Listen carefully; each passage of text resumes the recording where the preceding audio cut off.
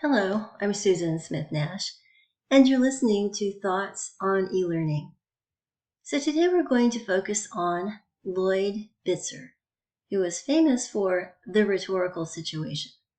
So why your words matter, making Lloyd Bitzer's rhetorical situation work for real-world problems. So whether you're trying to convince city council members to fund homeless shelters, or to persuade investors to back your geothermal startup, you're entering what Lloyd Bitzer called a rhetorical situation. Understanding this concept isn't just academic exercise. It's the difference between crafting messages that create change and ones that fall flat. Bitzer argued that all meaningful communication emerges from specific situations that demand response. Think of it like this. Somewhere out there, a problem exists that words can actually help solve. Your job is to figure out the precise combination of message, audience, and timing that will make things happen. So let's look at the first element, which is exigence. This is the heart of it. Exigence is the urgent problem demanding attention, the thing that makes communication necessary in the first place. It's not just any problem, but one that can be modified through discourse. When you see hundreds of people sleeping rough during a polar vortex, that's exigence. When community sits on massive geothermal potential while still burning coal for electricity, that's exigence too.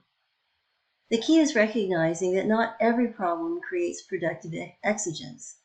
Complaining about the weather won't change it, but demonstrating how extreme weather kills vulnerable populations can mobilize resources for emergency shelters.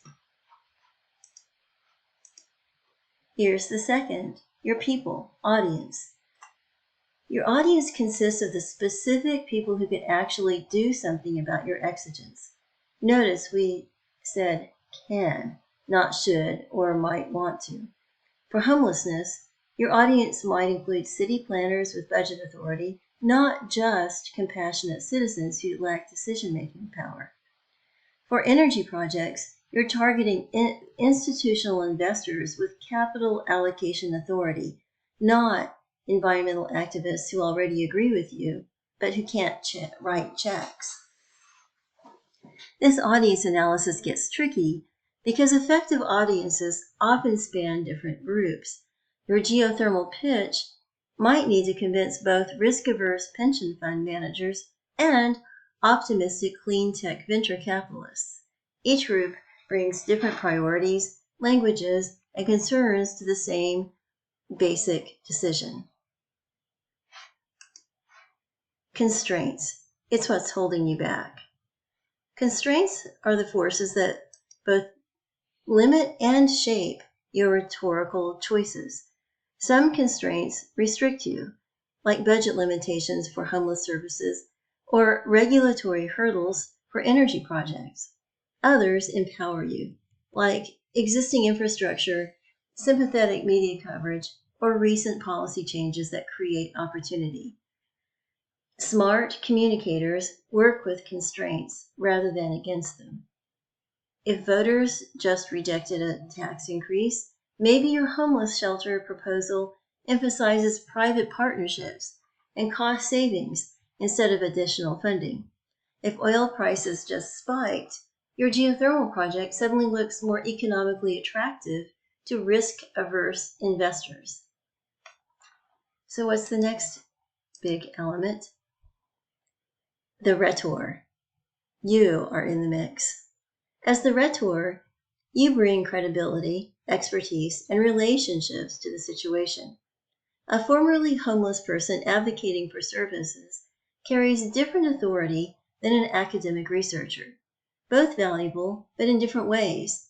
An engineer with drilling experience speaks differently about geothermal potential than a recent MBA, and audiences respond accordingly. Your identity shapes what you can say effectively and what audiences will take seriously. Sometimes this means acknowledging your limitations and building coalitions with voices that complement yours. Making it real, discourse.